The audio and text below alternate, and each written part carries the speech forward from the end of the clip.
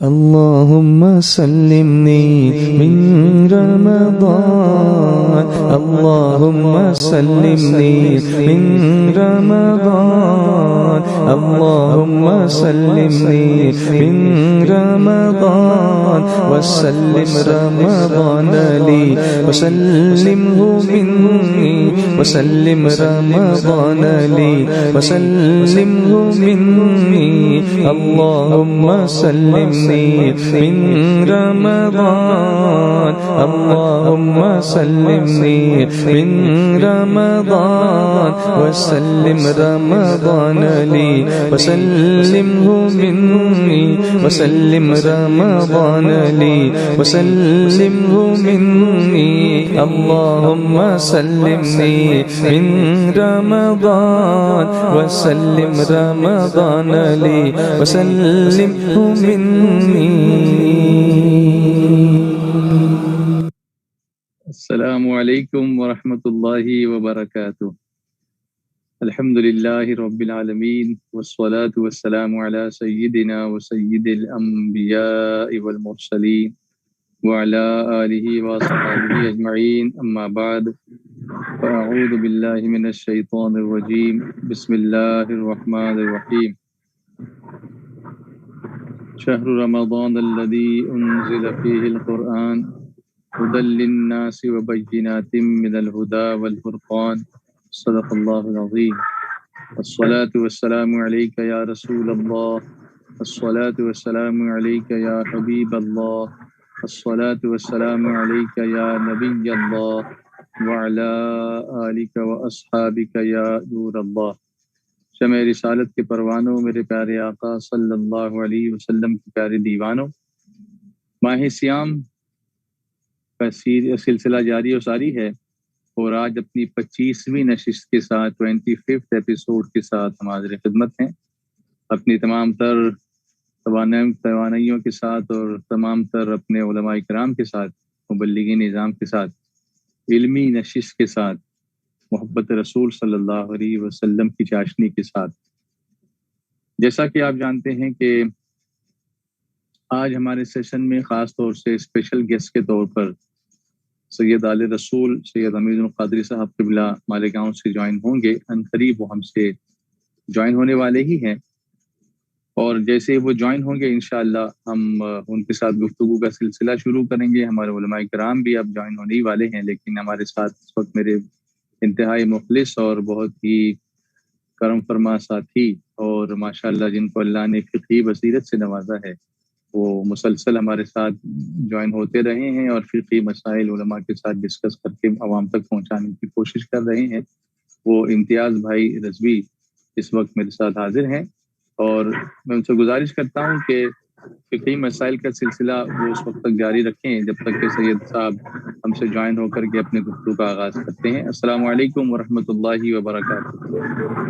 وعلیکم السلام ورحمۃ اللہ وبرکاتہ. جی امتیاز بھائی، گزارش ہے آپ سے کہ آپ جو فطرے کے مسائل جو سمجھانا چاہتے ہیں، جو باتیں باقی رہ گئی تھیں، ان کو آپ جاری رکھیں. صدقہ فطر کی مقدار کے حوالے سے اچھی گفتگو ہو گئی تھی. مفتی نظام الدین صاحب قبلہ جب تشریف لائے تھے، رہا صدقہ فطر کس کا کس پر واجب ہے، تو یہ مسائل رہ گئے تھے، تو آج اس کو انشاءاللہ ہم پورا کر لیتے ہیں. ایک عوام میں غلط فہمی یہ ہے کہ ہر مسلمان یہ سمجھتا ہے کہ ہم پر صدقہ فطر واجب ہے. غریب جو صدقہ فطر کے مستحق ہیں وہ بھی سمجھتے ہیں کہ ہم پر صدقہ فطر واجب ہے، اور وہ بھی صدقہ فطر دیتے ہیں. بہرحال وہ صدقہ نفل ہوگا. صدقہ فطر واجب ہر مسلمان مالک نصاب پر ہے. جو مالک نصاب ہوگا اسی پر صدقہ فطر واجب ہے، اور جو زکوٰۃ کا نصاب ہے وہی صدقہ فطر کا بھی نصاب ہے. زکوٰۃ میں سال گزرنا شرط ہے، اس میں سال گزرنا شرط نہیں ہے. عید کی صبح صادق جس نے پائی ہے اس پر صدقہ فطر دینا واجب ہو جاتا ہے.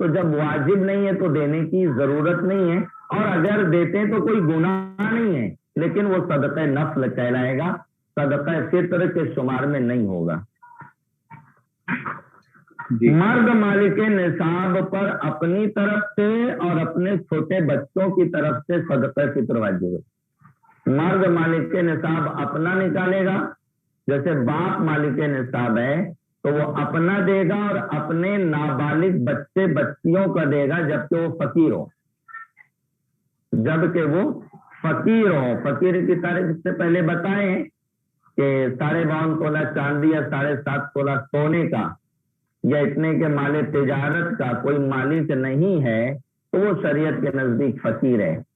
تو اکثر نابالغ بچے فقیر ہوتے ہیں، ان کا نان و نفقہ ضرورت کا خرچ ماں باپ کے ذمے ہوتا ہے، باپ کے ذمے ہوتا ہے، لیکن کچھ گھروں میں ایسا بھی ہوتا ہے کہ بچوں کے نام اکاؤنٹ وغیرہ کھول دیے جاتے ہیں اور ان کو اتنا مال وغیرہ دے دیا جاتا ہے، جیسے بچی ابھی 10 سال کی ہے، ابھی سے اس کی شادی وغیرہ کی تیاری چل رہی ہے، زیور وغیرہ بنائے جا رہے ہیں، وہ سب بچی کو دے دیا گیا، بچی تو اس کی مالک ہے، شادی ہوگی تو ہوگی لیکن یہ تیرا ہی ہے، تم ہی اس کو اپنے پاس رکھو، تو مالک نصاب ہو گئی، تو اس کا صدقہ فطر اسی کے مال سے دیا جائے گا۔ اب اگر ماں باپ اپنے مال سے دیتے تو بچے کو بتانا ہوگا، جب ہی ادا ہوگی، نہیں بتائیں گے تو ادا نہیں ہوگا۔ تو باپ اپنا نکالے گا، اپنے نابالغ بچے بچیوں کا نکالے گا جو فقیر ہیں، اور اگر بالغ ہے بچہ تو اس کا صدقہ فطر اس کے باپ پر نہیں ہوگا۔ اب اگر وہ بچہ جو بالغ ہو چکا ہے وہ خود مالدار ہے، خود مالک نصاب ہے، تو اس کا صدقہ فطر اس کے ذمے ہوگا، ورنہ اس پر صدقہ فطر کا حکم نہیں ہوگا، نہ اس کے باپ پر ہوگا نہ اس پر ہوگا۔ اسی طرح سے مطلب یہاں ایک فرق سمجھ میں آتا ہے کہ نابالغ کا صدقہ فطر اس کے باپ پر ہے، لیکن بالغ کا اس کے باپ پر نہیں ہے۔ اگر وہ مالک نصاب ہوتا ہے تو وہ خود دے گا، ہاں، اور اگر مالک نصاب نہیں ہے تو واجب نہیں ہے، تو اس کے باپ پر اس کا واجب نہیں ہے۔ جی اسی طرح سے ماں مالک نصاب ہے، باپ مالک نصاب نہیں ہے، ماں مالک نصاب ہے، تو اور باپ یعنی بیوی مالک نصاب ہے، شوہر مالک نصاب نہیں ہے، تو بیوی پر صرف اپنا واجب ہوگا، نہ اس کے نابالغ بچوں کا بیوی پہ واجب ہوگا اور نہ ہی اس کے شوہر کا واجب ہوگا۔ ماں اگر مالک نصاب ہے، اکثر گھروں میں عورتیں مالک نصاب ہوتی ہیں، تو ماں مالک نصاب ہے تو اس کا صدقہ فطر اسی پر واجب ہے، یعنی وہی اپنا دے گی، اس کے نابالغ بچے بچیوں کا ماں کے ذمہ واجب نہیں ہوگا۔ اسی طرح باپ کا انتقال ہو گیا ہے تو اگر دادا موجود ہے تو اپنے یتیم پوتے پوتیوں کا صدقہ فطر وہ دے گا، اس کا دادا۔ آواز آ رہی ہے صاحب؟ ہاں ہاں بالکل جی، اور بھی کئی آوازیں آ رہی دراصل فرسٹ فلور ہے، بچے نیچے کھیل رہے تو وہ جی کوئی بات نہیں جی۔ تو فرماتے ہیں اگر باپ کا انتقال ہو گیا ہے اور دادا موجود ہے تو دادا اپنے یتیم پوتے پوتیوں کا صدقہ فطر دے گا، اس قید کے ساتھ جبکہ یتیم پوتے پوتی جو ہے وہ نابالغ ہو اور فقیر ہو۔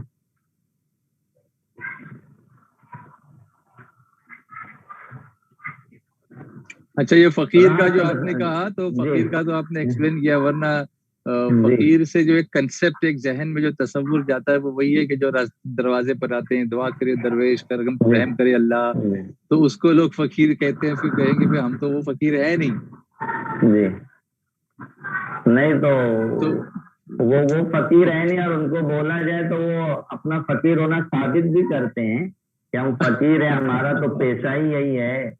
تو اسلام میں کوئی ایسا پیشہ وغیرہ نہیں ہے، بلکہ اسلام میں مانگنے کی بیجا سوال کی سختی سے ممانعت ہے،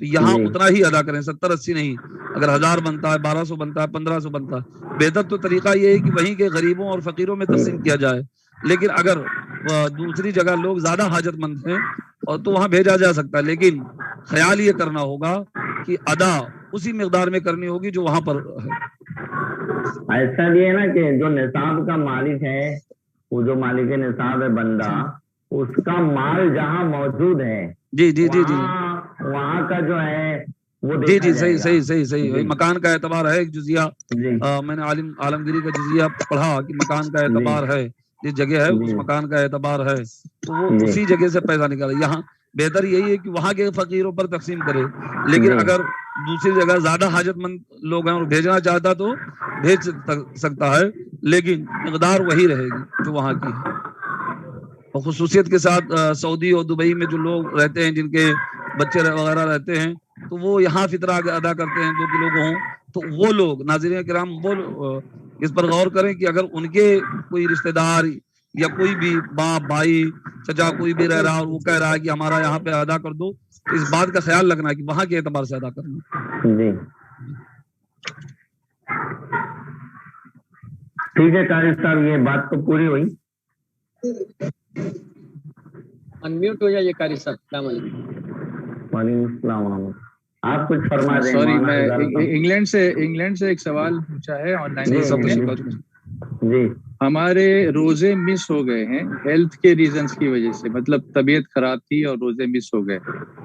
اب ہم کو اس کا فدیہ دینا ہے، تو کیسا ادا کرنا؟ ہم انگلینڈ میں رہتے ہیں، ابھی انڈیا کے فطرے کی رقم سے ادا کریں یا انگلینڈ کے فطرے کی رقم؟ ابھی ایک پرابلم عوام میں یہ ہو گیا ہے کہ جو بھی رمضان شریف میں بیمار ہو رہا ہے تو بس وہ فدیہ دے کر اپنے آپ کو بچانا چاہتا ہے، فدیہ دے کر ہی بری ہونا چاہتا ہے، جبکہ اس میں فدیے کا ذکر تو بہت بعد میں ہے.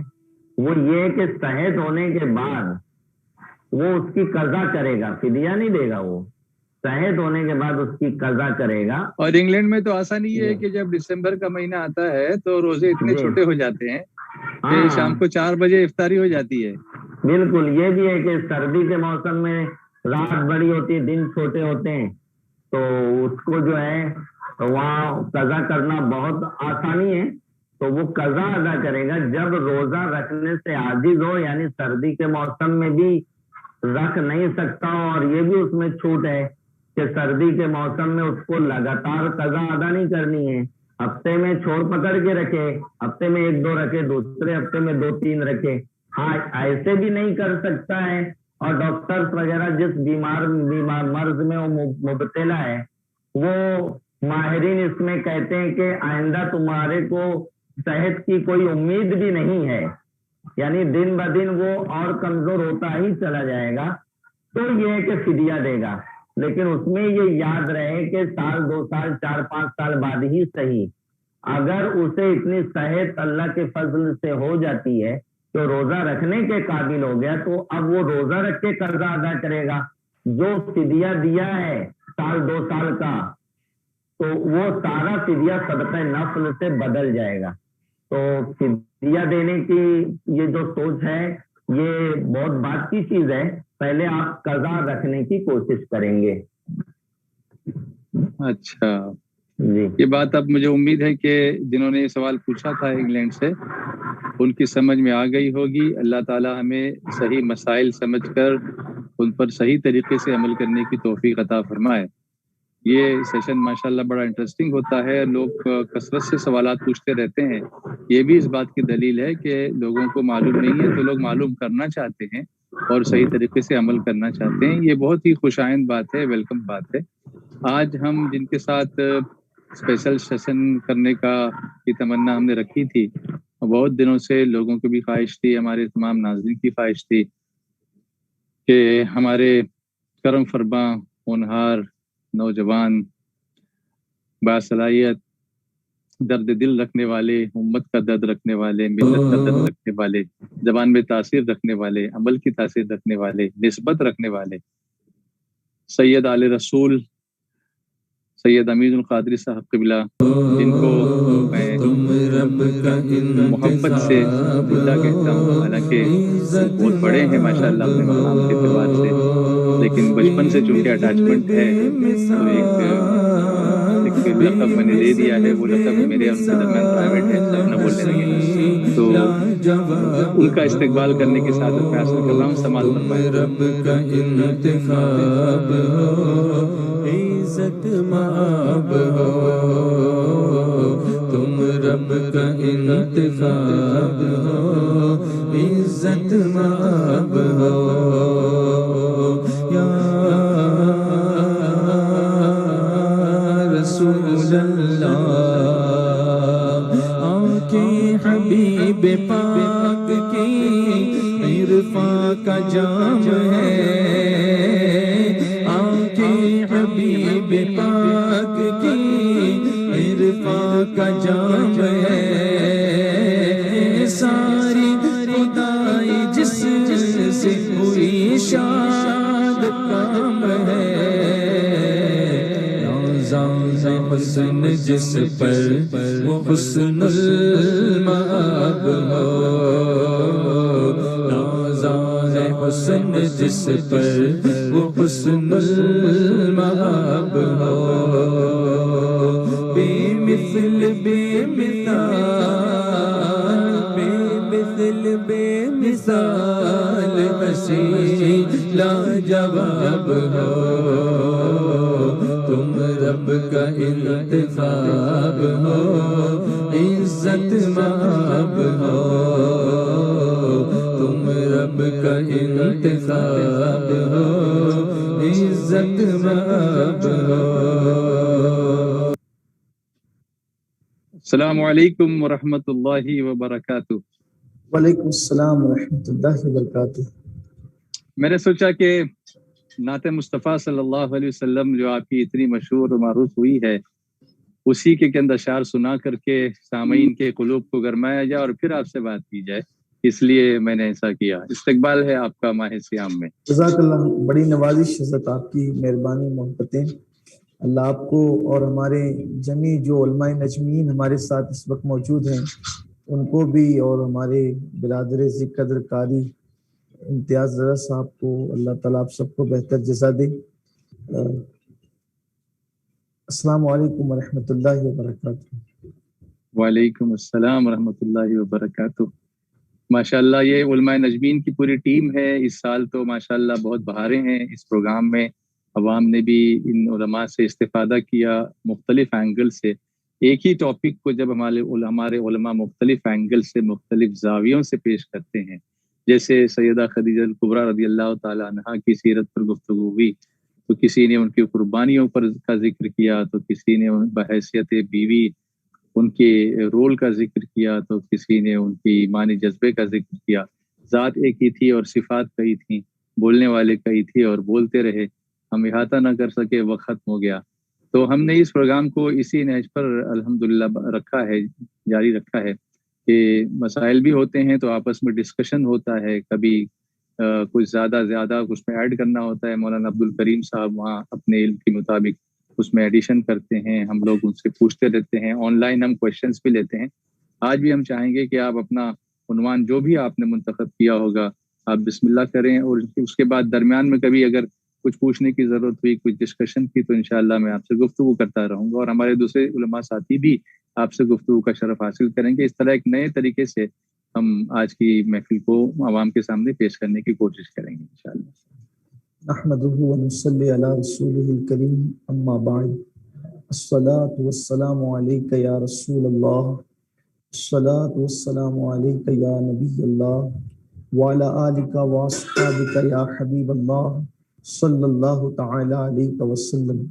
لیلۃ القدر میں مطلع فجر حق مانگ کی استقامت پہ لاکھوں سلام۔ چونکہ ماہ رمضان المبارک کا آخری اشرا جاری ہے اور اللہ کے حبیب مصطفیٰ کریم رؤوف الرحیم صلی اللہ تعالی علیہ وآلہ وصحبہ وبارک وسلم نے اپنی امت کو یہ پیغام عطا فرمایا کہ لیلۃ القدر جو 1000 مہینوں سے افضل ہے، تو آقا کریم صلی اللہ علیہ وآلہ وسلم نے رمضان شریف کے آخری عشرے میں اس کو تلاش کرنے کا حکم دیا، اور آقا کریم صلی اللہ علیہ وآلہ وسلم فرماتے ہیں کہ رمضان المبارک کی طاق راتوں میں اسے تلاش کرو، 21، 23، 25، 27 اور 29۔ عام طور پر اسے تو تلاش کرنے کا حکم ہی دیا گیا ہے۔ اللہ کے حبیب صلی اللہ علیہ وآلہ وسلم نے ارشاد فرمایا کہ مجھے لیلۃ القدر کو بتانے کا تمہیں حکم دیا گیا تھا، لیکن 2 لوگوں کو جب میں نے لڑتا دیکھا تو اللہ تبارک و تعالیٰ نے اس کو میرے ذہن سے اوجھل کر دیا۔ اور اس میں بھی بڑی حکمت ہے کہ اب اگر ہمیں تلاش کرنے کا حکم دیا گیا ہے تو یہ ہے کہ اگر متعینہ رات بتا دی جاتی اور اس کا تعین کر دیا جاتا تو شاید لوگ ایک ہی رات پر اکتفا کرتے، لیکن اب چونکہ وہ بتائی نہیں گئی ہے تو اس لیے جو ہے وہ اسے لوگ 5 راتوں میں تلاش کرتے ہیں۔ مگر پھر بھی ہمارے اکثر بزرگان دین یہ کہتے ہیں کہ اکابر بزرگوں کا یہ مشاہدہ ہے اور بڑے بڑے بزرگوں نے یہ بات کہی ہے کہ لیلۃ القدر اکثر و بیشتر جو ہے وہ 27ویں شب میں ہی ہوا کرتی ہے، اگرچہ اس کو ڈھونڈنے کا حکم دیا گیا لیکن یہ اکثر 27ویں شب میں ہوتی ہے۔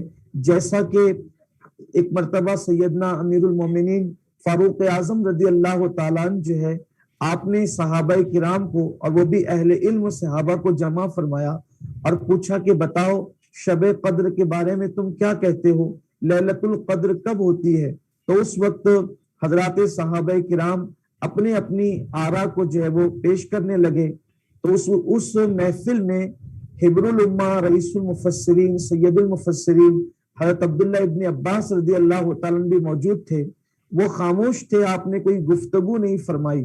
تو اس وقت فاروق اعظم نے کہا اے ابن عم رسول آپ کیوں خاموش ہو، آپ کیوں کچھ نہیں کہتے؟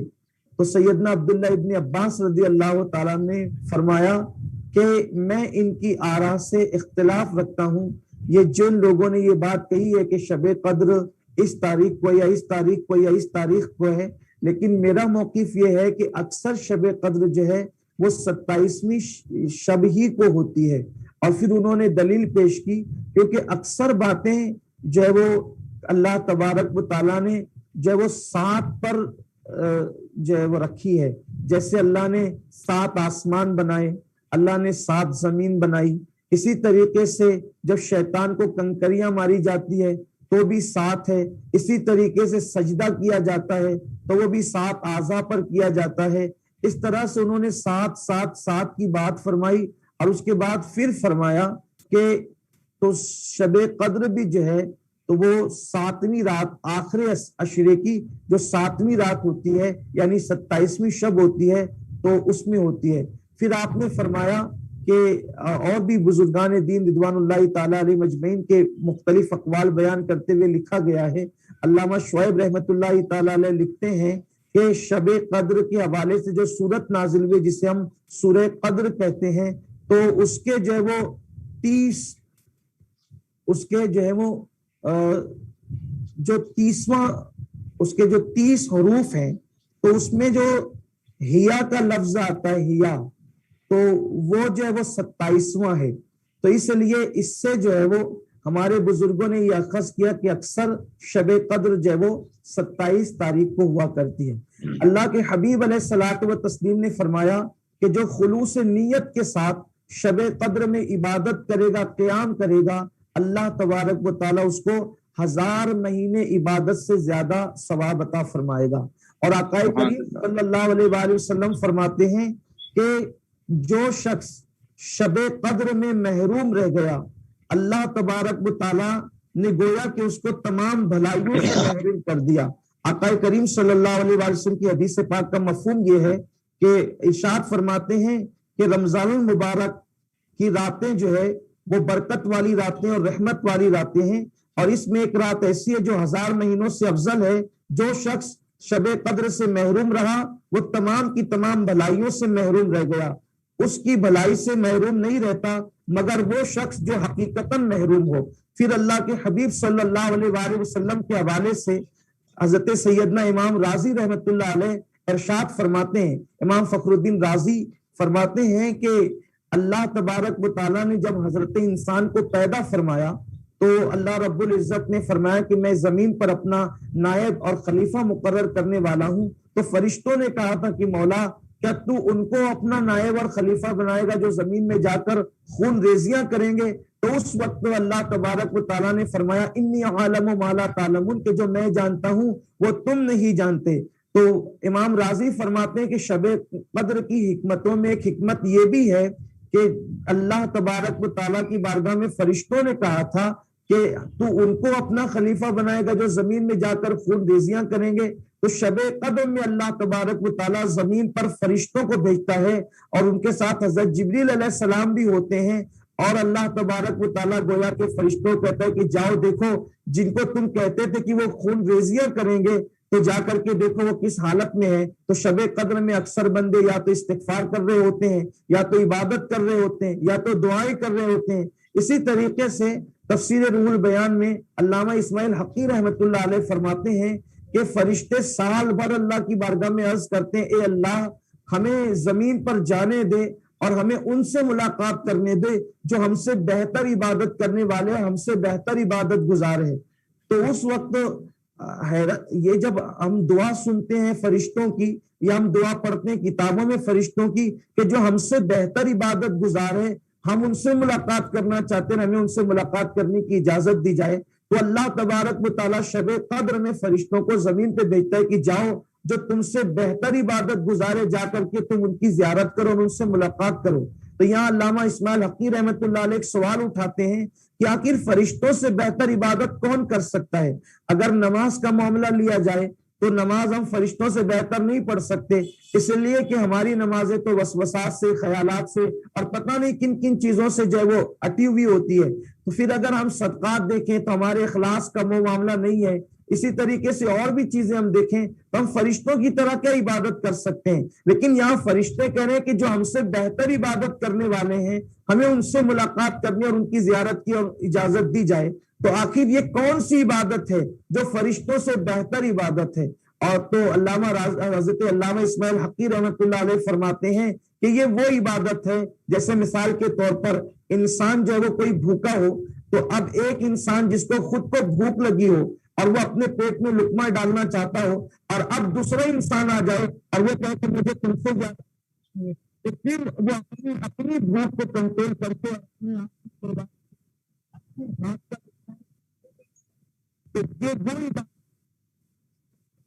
اسی طریقے سے جیسے کسی بیمار کے سرہانے، ہم کسی بیمار کے سرہانے جا کر کے بیٹھ جائیں اور اس کے پاس اپنا وقت گزاریں، کیونکہ یہ کام فرشتے نہیں کر سکتے۔ اسی طریقے سے جب ہم اپنی ضرورت پر دوسرے کی ضرورت کو ترجیح دے دیں اور ہم اپنی ضرورت کو اس کی ضرورت پر قربان کر دیں تو یہ کام فرشتے نہیں کر سکتے۔ جیسے مثال کے طور پر میں عید کے موقع پہ جوتا خریدنے بازار جا رہا ہوں، میرے پیر میں پہلے سے جوتا موجود ہے اور کوئی آ کر کے یہ کہے کہ بھائی میرے یہاں کوئی افطار کا انتظام نہیں ہے، تب میں سوچوں کہ یار پرانے جوتے پر بھی تو میری عید ہو سکتی ہے، تو کیوں نہیں اس کے لیے افطار، اس کے اگر افطار کی ضرورت ہے تو میں اپنی رقم اٹھا کر کے اس کو دے دوں اور میں بازار سے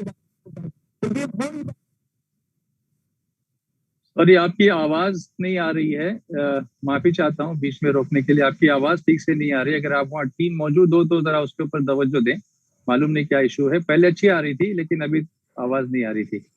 درود شریف پڑھی، اللہم صلی علی سیدنا مولانا محمد وعلی آلہ وصحبہ وبارک وسلم، صلاۃ و سلام علیک یا سیدی یا رسول اللہ۔ جی ابھی آ رہی، بولیے۔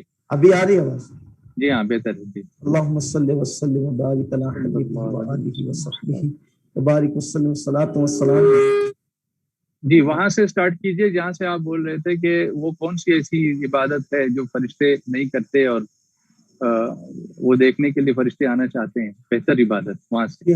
تو علامہ اسماعیل حقی رحمت اللہ علیہ فرماتے ہیں کہ انسان جو ہے وہ دوسرے انسان پر اپنی ضروریات کو قربان کر دے اور اس پر اپنے آپ کو تقسیم کر۔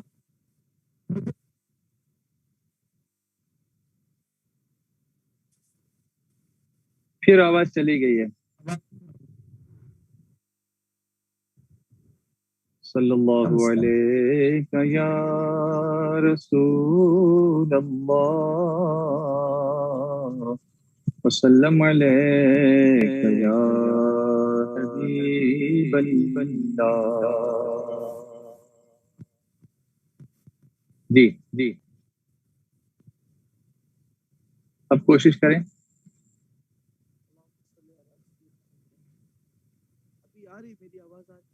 نہیں آ رہی نہیں. آنکھیں حبیب پاک کی عرفان کا جام ہے. آنکھیں حبیب پاک کی عرفان کا جام ہے. ساری خدائی جس سے ہوئی شاد کام ہے. نازاں ہے حسن جس پر وہ حسن المآب ہو. نازاں ہے حسن جس پر وہ حسن المآب ہو. بے مثل بے مثال بے مثل بے مثال حسین لاجواب ہو. تم رب کا انتخاب ہو عزت مآب ہو. تم رب کا انتخاب ہو عزت مآب ہو. یا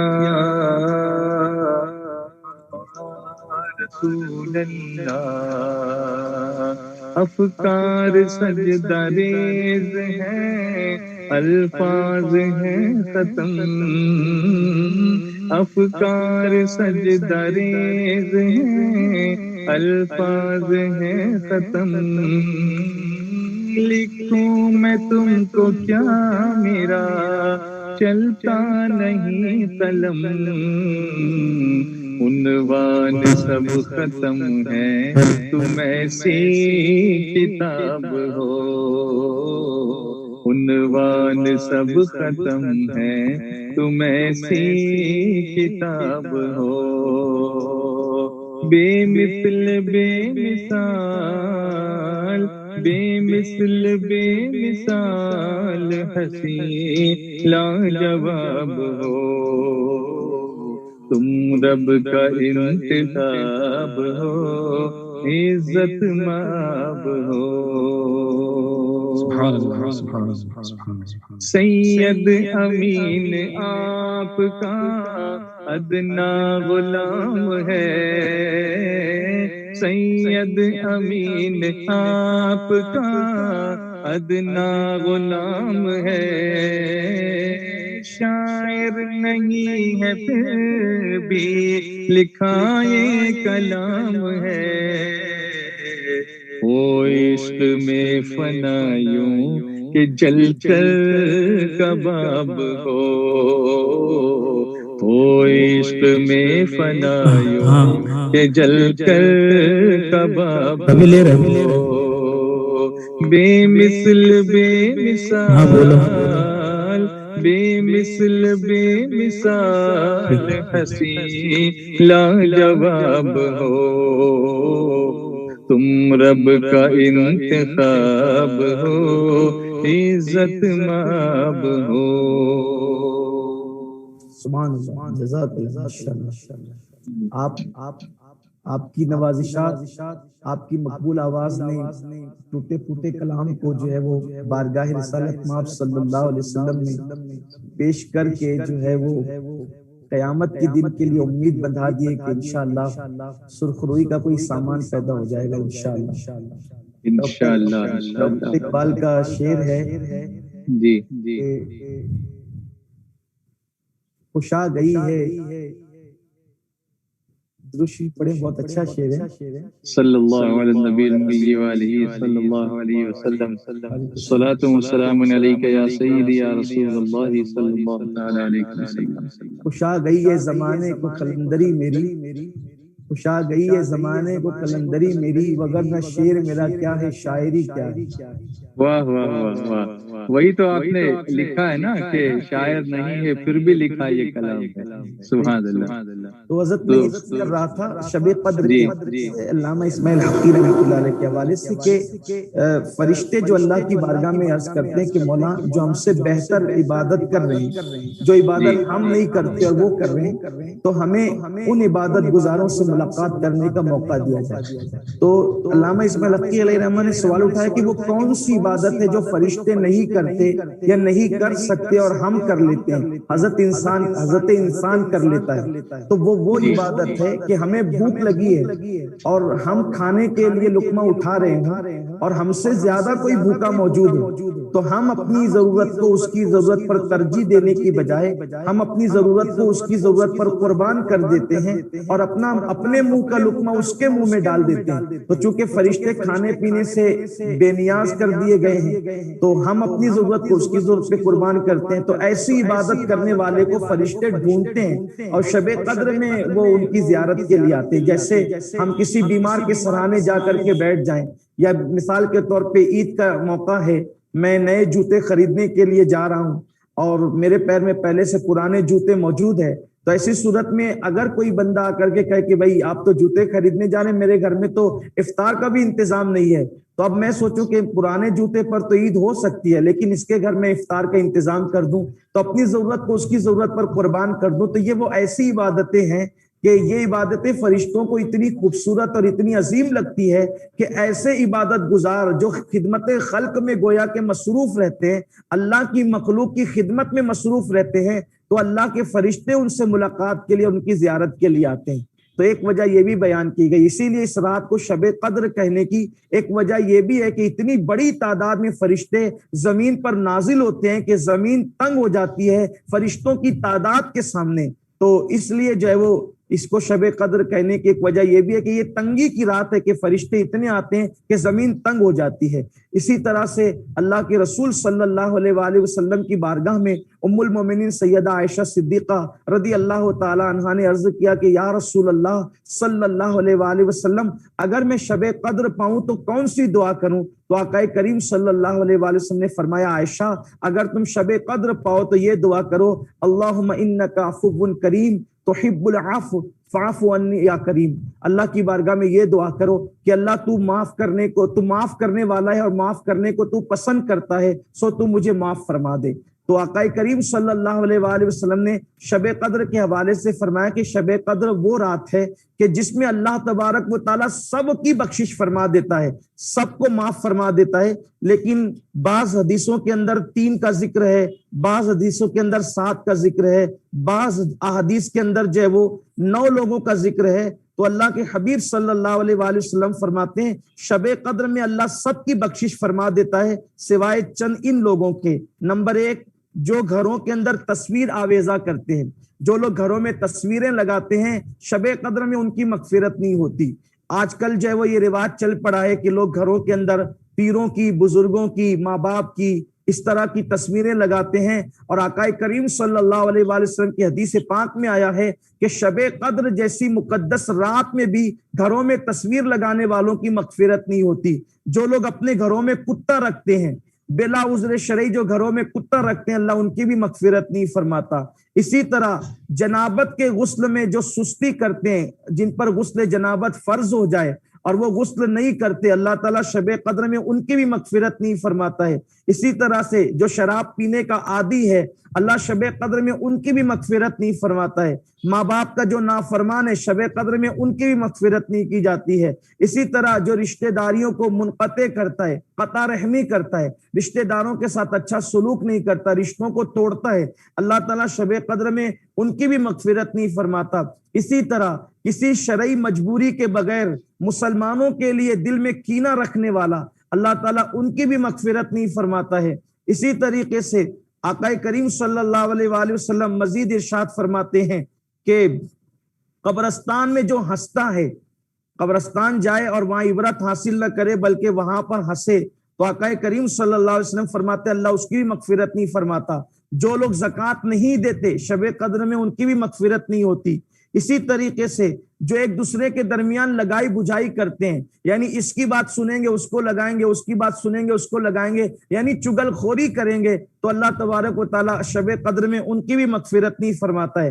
آج کل یہ بات عام ہے، اس سے سنا اس کو لگایا، اس سے سنا اس کو لگایا، یہ لگائی بجھائی کا جو معاملہ ہے تو میرے خیال سے اس لگائی بجھائی کے اندر وہ فون کی ریکارڈنگ بھی آتی ہوگی کہ جس میں انسان کسی کی بات کو اس کی اجازت کے بغیر ریکارڈ کر لیتا ہے، اور جو ہے وہ اس کو احساس بھی ہونے نہیں دیتا، اور آدمی جو ہے وہ انسان پر اعتماد کر کے جو ہے وہ بات کرتا جاتا ہے اس کے خلاف بات بولتا جاتا ہے، اور پھر لے جا کر کے جس کے متعلق بات کی گئی اسی کو ریکارڈنگ سنا دی جاتی ہے۔ تو یہ تو اس سے بھی زیادہ خطرناک ہے کہ آدمی کسی سے سن کر کسی کے پاس جا کر کے بات لگائے، تو کبھی آدمی کچھ باتیں بھول جاتا ہے، کچھ چھوڑ دیتا ہے، لیکن یہ فون کی ریکارڈنگ تو جا کر کے کسی کو سنانا جو اس کے خلاف کہی گئی ہے، بالکل من و ان جا کر کے وہ بات لگائی جاتی ہے، وہ لہجہ بھی پتا چل جاتا ہے، وہ لہجے کا انداز بھی پتا چل جاتا ہے۔ تو آج کل لوگ اس طرح بھی کرتے ہیں، بہت سارے جھگڑے آج سماج میں، معاشرے میں ایک دوسرے کی فون ریکارڈ کر کے اس کو سنانے سے بھی جو ہے وہ یہ ہو رہا ہے۔ حالانکہ سرگوشی کے حکم میں آتا ہے، ہمارے علماء فرماتے ہیں جب کوئی کسی سے فون پہ بات کرتا ہے تو گویا یہ ایک قسم کی سرگوشی ہے، اور سرگوشی جب کی جاتی ہے تو وہ گویا کے راز ہے۔ اللہ کے رسول علیہ السلام فرماتے ہیں کہ مومنوں کے سینے رازوں کے قبرستان ہوتے ہیں، جو کسی کا راز کسی پر افشا کر دیں گویا کہ اس نے اپنے بھائی کو زندہ دفن کر دیا۔ لیکن آج کل لوگ ان چیزوں کا خیال ہی نہیں کرتے، آپس کے اندر لڑائیاں لگاتے ہیں، اختلاف پیدا کرتے ہیں۔ تو اللہ کے حبیب علیہ السلام فرماتے ہیں لگائی بجائی کرنے والا شب قدر میں سب معاف کیے جاتے ہیں، لیکن لگائی بجائی کرنے والوں کو ہی معاف نہیں کیا جاتا۔ اسی طرح کوئی کسی کا دینی استاد ہو جس نے کسی کو دین پڑھایا ہو، وہ دینی استاد کے دل کو تکلیف پہنچائے، اللہ تبارک و تعالیٰ شب قدر میں اس کی بھی مغفرت نہیں فرماتا۔ اسی طرح جو لوگ نماز میں سستی کرتے ہیں اللہ تعالیٰ شب قدر میں ان کی بھی مغفرت نہیں فرماتا۔ اسی طرح سے جو مسلمان 3 دن سے زیادہ ایک دوسرے سے آپس میں بات چیت بند رکھتے ہیں اللہ تبارک و تعالیٰ ان کی بھی مغفرت نہیں فرماتا، مگر یہ کہ وہ اللہ کی بارگاہ میں ان سارے اعمال سے اگر توبہ کر لیں تو اللہ تبارک و تعالیٰ توبہ کی برکت سے پھر ان کو بھی معاف فرما دیتا ہے۔ اوروں کو بغیر توبہ کے معاف کیا جاتا ہے، لیکن جن کا ذکر کیا گیا ہے جب تک یہ توبہ نہ کریں اس وقت تک کہ ان کی مغفرت نہیں کی جاتی۔ کاش کہ شب قدر کا فائدہ اٹھا کر کے ہم اللہ کی بارگاہ میں سچی توبہ کریں، اللہ کی بارگاہ میں روئے، اللہ کی بارگاہ میں گڑ گڑائیں، آہو بکا کریں، اس لیے کہ بخاری شریف کی حدیث ہے اللہ کے رسول علیہ السلام فرماتے ہیں کہ اللہ کو 2 قطرے بہت پسند ہے۔ ایک تو وہ قطرہ جو اللہ کی خشیت سے، اللہ کے خوف سے کسی مسلمان کی آنکھ سے ندامت کی شکل میں نکلتا ہے، وہ آنسو کا قطرہ اللہ کو بہت پسند ہے، اور دوسرا شہید کا قطرہ جو اللہ کی راہ میں خون کی شکل میں میدان جہاد میں بہتا ہے۔ اللہ تعالیٰ کو یہ 2 قطرے بہت پسند ہے، بلکہ مصطفیٰ جان رحمت صلی اللہ علیہ وآلہ وسلم نے شہید کے خون کے قطرے سے پہلے نادمین کے ندامت کے آنسوؤں کے قطروں کو بیان فرمایا۔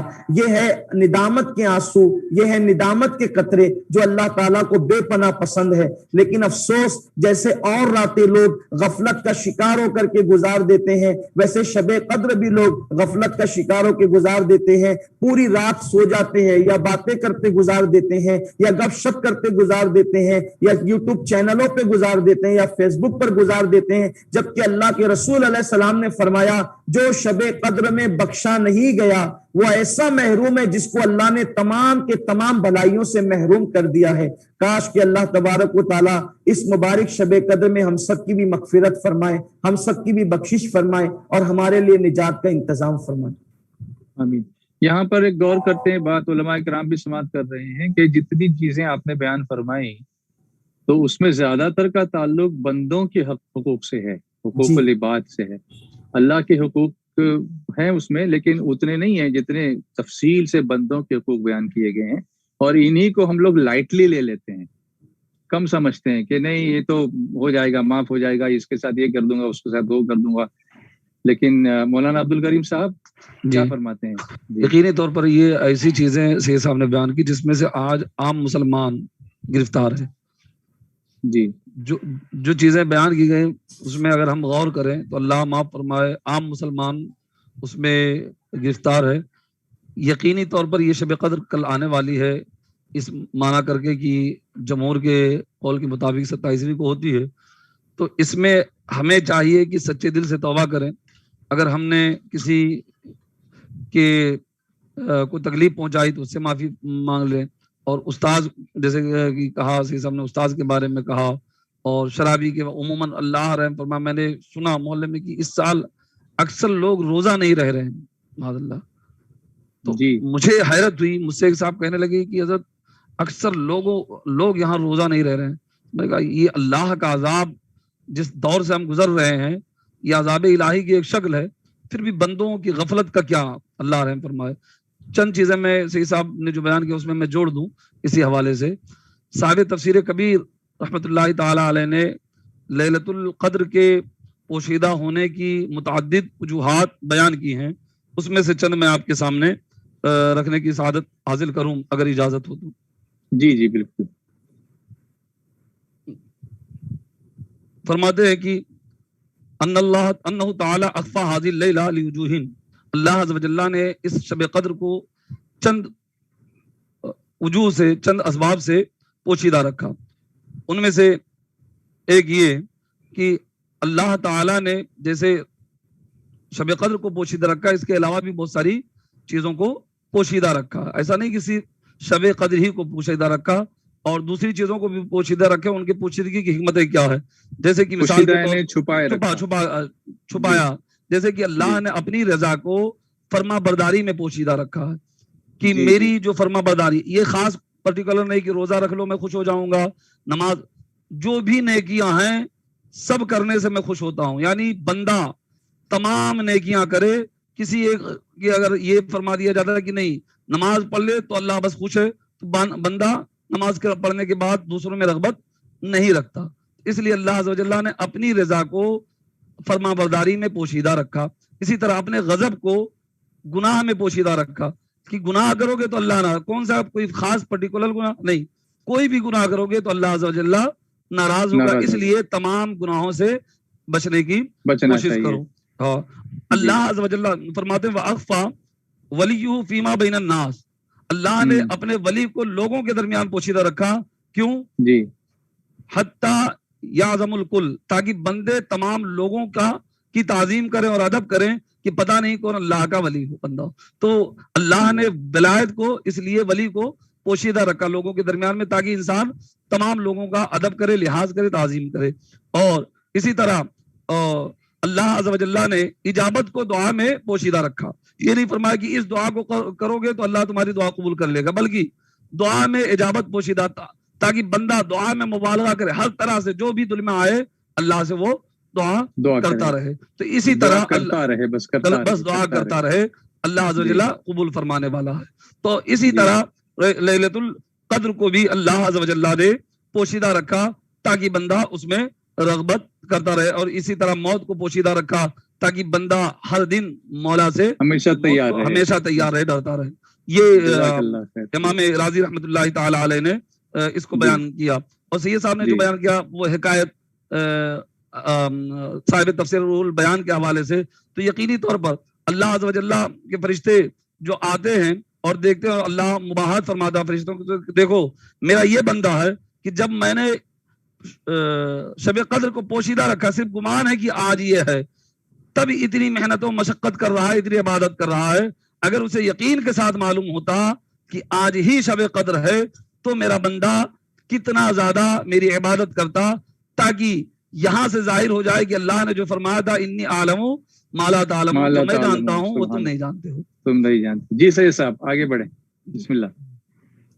ابھی جیسے مولانا عبد الکریم صاحب نے یہ جو بات بیان فرمائی شب قدر کی علامات کے حوالے سے, تو میں یہ چاہتا ہوں کہ اس کی کچھ علامتیں جو روایتوں میں آئی ہے, بزرگوں نے, صوفیاء نے بیان فرمایا, تو اس کو بیان کر دیا جائے. ضرور. شب قدر کو مختلف علامتوں سے بھی پہچانا گیا ہے, پہچانا جاتا ہے.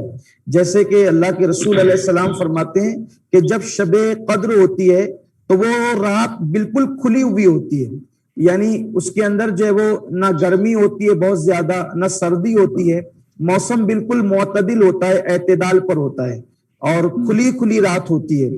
اسی طریقے سے اس رات میں چاند بھی کھلا ہوتا ہے, یعنی کہ وہ رات بدلیوں کی نہیں ہوگی, وہ رات جو وہ چاندنی رات ہوگی, چاند کھلا ہوا ہوگا. اور اس رات کو شیاطین کو پر جو آسمان سے ستارے مار کر ان کو بھگایا جاتا ہے تو شیاطین کو اس رات ستارے نہیں مارے جاتے.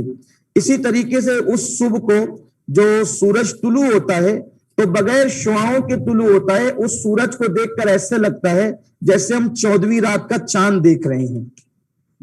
اسی طرح سے فرمایا گیا حدیث میں آیا ہے کہ اس رات کو سمندر کا پانی بھی جو وہ میٹھا ہو جاتا ہے. سمندر کا پانی کھارا نہیں رہ جاتا بلکہ میٹھا ہو جاتا ہے.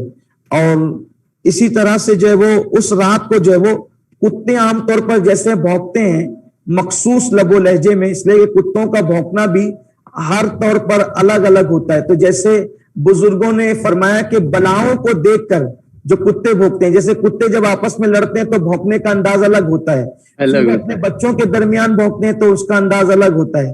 اسی طریقے سے گاڑی کے پیچھے دوڑتے ہیں تو انداز الگ ہوتا ہے. ہاں جی جی سب ہمارے یہاں اس کو رونا کہا جاتا ہے کہ کتے رو رہے ہیں جو اس انداز میں رات میں.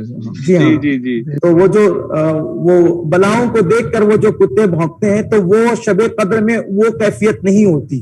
تو وہ لوگ اس رات کو، ورنہ عام طور پہ اب لیکن پھر جب یہ چیزیں لوگ پڑھتے ہیں تو پڑھنے کے بعد پھر کہتے ہیں کہ بھئی ہم نے تو ساری زندگی جو ہے کبھی اس طرح کی کوئی علامت نہیں دیکھی، ہمیں کوئی علامت تو نظر نہیں آئی.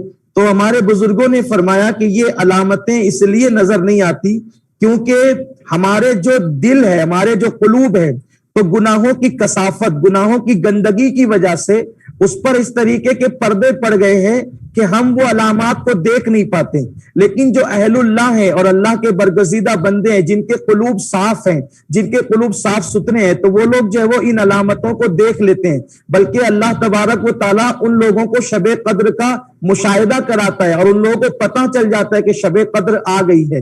اچھا کبھی کبھی ایسا بھی ہوتا ہے کہ کچھ لوگوں کو شب قدر کا دھوکہ بھی ہوتا ہے، یہ شیطان کا مکر ہے، شب قدر کا دھوکہ بھی ہوتا ہے.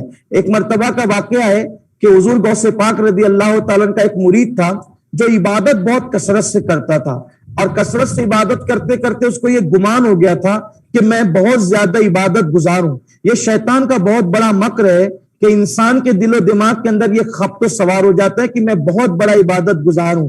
جب اس منزل پر بندہ آتا ہے تو پھر وہ تباہ اور برباد ہو جاتا ہے. حضور سیدی مفتی اعظم رحمۃ اللہ علیہ کا بہت خوبصورت سا شعر ہے، فرماتے ہیں نفس بدکار نے دل پر یہ قیامت توڑی، نفس بدکار نے دل پر یہ قیامت توڑی، عمل نیک کیا بھی تو چھپانے نہ دیا. اللہ اکبر. تو یہ کیفیت ہوتی ہے. تو بہت عبادت کرتا تھا کثرت سے. ایک دن ایسا ہوا کہ اس نے رات کو جب عبادت شروع کی تو دیکھا کہ شب قدر ہے، چاروں طرف نور ہی نور ہے، انوار ہی انوار ہے، برکتیں ہی برکتیں ہیں، ساری چیزیں سجدے میں ہیں. جیسا کہ حدیث پاک میں یہ بھی آتا ہے کہ جب شب قدر آتی ہے تو ساری چیزیں سجدے میں چلی جاتی ہے، شجر حجر، اور لیکن وہ مشاہدہ ہم نہیں کر پاتے. پھر وہی دلوں کی کثافت کی بات آتی ہے. تو اس نے دیکھا کہ ساری چیزیں سجدے میں ہیں تو جب سب کو یہ سجدے میں دیکھتا ہے، غوث پاک کا مرید تھا، تو یہ بھی سجدہ کرنے کی کوشش کرتا ہے شب قدر میں. لیکن جب سب کو سجدے میں دیکھتا ہے اور یہ سجدہ کرنا چاہتا ہے تو دیکھتا ہے کہ اس کے حلق میں کوئی ایسی چیز اٹک رہی ہے جو اس کو جھکنے نہیں دیتی اور اس کو سجدہ کرنے نہیں دیتی. تو یہ روتا ہے کہ میں کسی طرح جھک جاؤں، میں کسی طرح سجدہ کر لوں، لیکن بہرحال وہ پوری رات اس رات سجدہ نہیں کر پاتا. بالآخر وہ پریشان ہوتا اور صبح کو حضور غوث پاک کی بارگاہ میں آتا ہے اور کہتا ہے حضور آج اللہ نے مجھے شب قدر دکھائی اور میں شب قدر کا میں نے مشاہدہ کیا، ساری اللہ کی مخلوق سجدے میں تھی لیکن میری کم نصیبی کہ میں سجدہ نہ کر سکا. کوئی ایسی صلاحی اور صلاح کی شکل میں حلق میں میرے اندر اٹک جاتی تھی اور وہ مجھے سجدہ نہیں کرنے دیتی تھی. تو حضور سرکار غوث پاک رضی اللہ تعالیٰ نے فرمایا نادان، وہ شب قدر نہیں تھی بلکہ وہ شیطان کا مکر تھا، شیطان کا فریب تھا. شیطان نے ایسا ماحول تیرے سامنے بپا کیا تھا کہ وہ تجھے انوار لگ رہے تھے حالانکہ وہ سب دھوکا تھا، اور وہ جو سب سجدہ کر رہے تھے وہ بھی سب مکر تھا. شیطان تجھے اپنا سجدہ کروانا چاہتا تھا اور تو سجدہ کرنے جا رہا تھا، لیکن وہ جو تیرے حلق میں جو سلاخ اٹکتی تھی اور جو تجھے سجدہ کرنے نہیں دیتی تھی وہ میری مریدی کی قادریت کی نسبت تھی جو تجھے شیطان کے مکر اور فریب سے بچا رہی تھی. اگر تو اس کو سجدہ کر لیتا تو تو بلا میں گرفتار ہو جاتا، لیکن میری پیری مریدی کی نسبت نے تجھے بچا لیا اور شیطان کے مکر سے محفوظ کر لیا. تو کبھی کبھی یہ شب قدر کے انوار و تجلیات کبھی کسی کو شیطان کے مکر کے حوالے سے بھی نظر آتا ہے، لیکن جو واقعی اہل اللہ ہوتے ہیں، اہل سلسلہ ہوتے ہیں، بزرگوں کے دامن سے وابستہ ہوتے ہیں اور دلوں میں کثافت گناہوں کی نہیں ہوتی، تو پھر ان کو اللہ مشاہدہ کراتا ہے، اور پھر اللہ مشاہدہ کراتا ہے تو وہ حقیقی اور وہ صحیح چیزیں ہوتی ہیں۔ سبحان اللہ، سبحان اللہ، ماشاء اللہ۔ کیا دبے جس پہ حمایت کا ہو پنجا تیرا، کیا دبے جس پہ حمایت کا ہو پنجا تیرا، شیر کو خطرے میں لاتا نہیں کتا تیرا، شیر کو خطرے میں لاتا نہیں کتا تیرا، واہ کیا مرتبہ اے غوث ہے بالا تیرا، مجھے اونچوں کے سروں سے قدم اعلیٰ تیرا، اس نشانی کے جو سگ ہیں نہیں مارے جاتے، اس نشانی کے جو سگ ہیں نہیں مارے جاتے، حشر تک میرے گلے میں رہے پٹا تیرا، حشر تک میرے گلے میں رہے پٹا تیرا۔ یاد آیا تو پیش کر دیا۔ جی جی، مزید کچھ بتائیں۔ ایک صاحب ہیں، سمیر نام ہے، کل سے یہ بات بول رہے ہیں مسلسل کمنٹ سیکشن میں، اور اچھا جذبہ ہے ان کا۔ وہ پوچھ رہے ہیں کہ حضور صلی اللہ علیہ وسلم کا دیدار کرنا ہو تو کیا کرنا چاہیے؟ سید صاحب سے کہیے کہ دعا فرمائیں کہ حضور صلی اللہ علیہ وسلم کا دیدار نصیب ہو جائے۔ سیدی امام اہل سنت امام احمد رضا خان محدث بریلوی رحمۃ اللہ علیہ نے ایک درود شریف لکھا ہے، اللہم صلی علی روح سیدنا محمد فی الارواح، اللہم صلی علی جسد سیدنا محمد فی الاجساد، اللہم صلی علی قبر سیدنا محمد فی القبور۔ جو اس درود شریف کو کثرت سے پڑھے گا وہ آقا کریم صلی اللہ علیہ وآلہ وسلم کی خواب میں زیارت کرے گا۔ فرماتے ہیں کہ اس سے بہتر سیگا دیدار رسول صلی اللہ علیہ وآلہ وسلم کے حوالے سے درود کا میں نے نہیں پایا۔ آپ فرماتے ہیں امام اہل سنت، تو اس درود شریف کو یاد کر لیں اور کثرت سے پڑھیں۔ لیکن پھر انہوں نے یہ بھی تاکید فرمائی کہ جب درود پڑھے تو اس نیت سے نہ پڑھے کہ حضور مجھے دیدار کرائیں، بلکہ جب درود پڑھے تو اس نیت سے پڑھے کہ میں حضور کے اکرام و اجلال اور تعظیم کی وجہ سے پڑھتا ہوں، پھر بعد میں ان کے کرم پر چھوڑ دیں، وہ تو بڑے کریم ہے، وہ تو میرے کریم سے گر قطرہ کسی نے مانگا، دریا بہا دیے ہیں، دربے بہا دیے ہیں۔ اسی طرح سے ایک عمل اور بھی ہمارے بزرگوں نے بتایا ہے دیدار رسول کا، کہ جب پہلی جمعرات ہو، جس کو نوچندی جمعرات بھی کہتے ہیں، عامل یعنی اسلامی مہینے کی پہلی جمعرات، اسلامی مہینے کی پہلی جمعرات، جس کو یعنی چاند نظر آنے کے بعد جو پہلی جمعرات ہوگی اس کو عامل حضرات اپنی زبان میں اور اگر چاند جمعرات ہی کو نظر آئے تو وہی نوچندی جمعرات وہی ہوگی۔ اچھا جی ٹھیک ہے، پہلی شب مہینے کی پہلی شب، تو اس میں وہ 2 رکعت نماز پڑھے، اور 2 رکعت نماز پڑھنے کے بعد نفل، اس پر وہ صاف ستھرے یعنی غسل کرے گا، صاف ستھرے کپڑے پہنے گا، اور جب وہ پھر وہ مصلی پر آ کر 2 رکعت نماز پڑھے گا، اور 127 مرتبہ وہ درود تاج پڑھے، درود تاج 127 مرتبہ پڑھے۔ اسی طرح پہلی شب بھی یہ عمل کرنا ہوگا، دوسری شب بھی کرنا ہوگا، اور تیسری شب غالباً 170 ہے مجموعہ اعمال رضا میں، 170 کی تعداد بیان کی۔ ہاں یہ 127 بھی ہے، اچھا جو میں بتا رہا ہوں 127 2 رکعت نماز پڑھنی ہے، اور پھر اس کو 3 دن تک لگاتار یہ عمل کرنا ہے۔ تو ہمارے بزرگوں نے فرمایا ہے کہ انشاءاللہ آئندہ جمعرات نہ آنے پائے گی کہ اللہ تبارک و تعالیٰ اس کو سرکار ابدقرار صلی اللہ علیہ وسلم کا دیدار نصیب فرمائے گا۔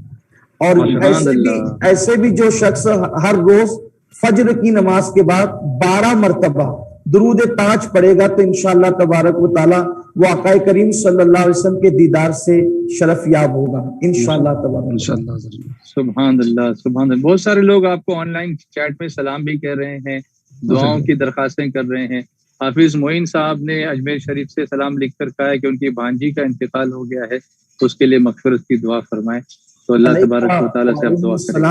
اللہ تعالیٰ سب پر سلامتی اور برکتیں نازل فرمائیں, اور حافظ معین صاحب کی بھانجی کا جو انتقال ہوا ہے اللہ تعالیٰ ان کی بھی مغفرت فرمائیں, اور ان کے والدین کو اور ان کے گھر والوں کو اللہ تعالیٰ صبر جمیل اور اجر جزیل بھی عطا فرمائیں.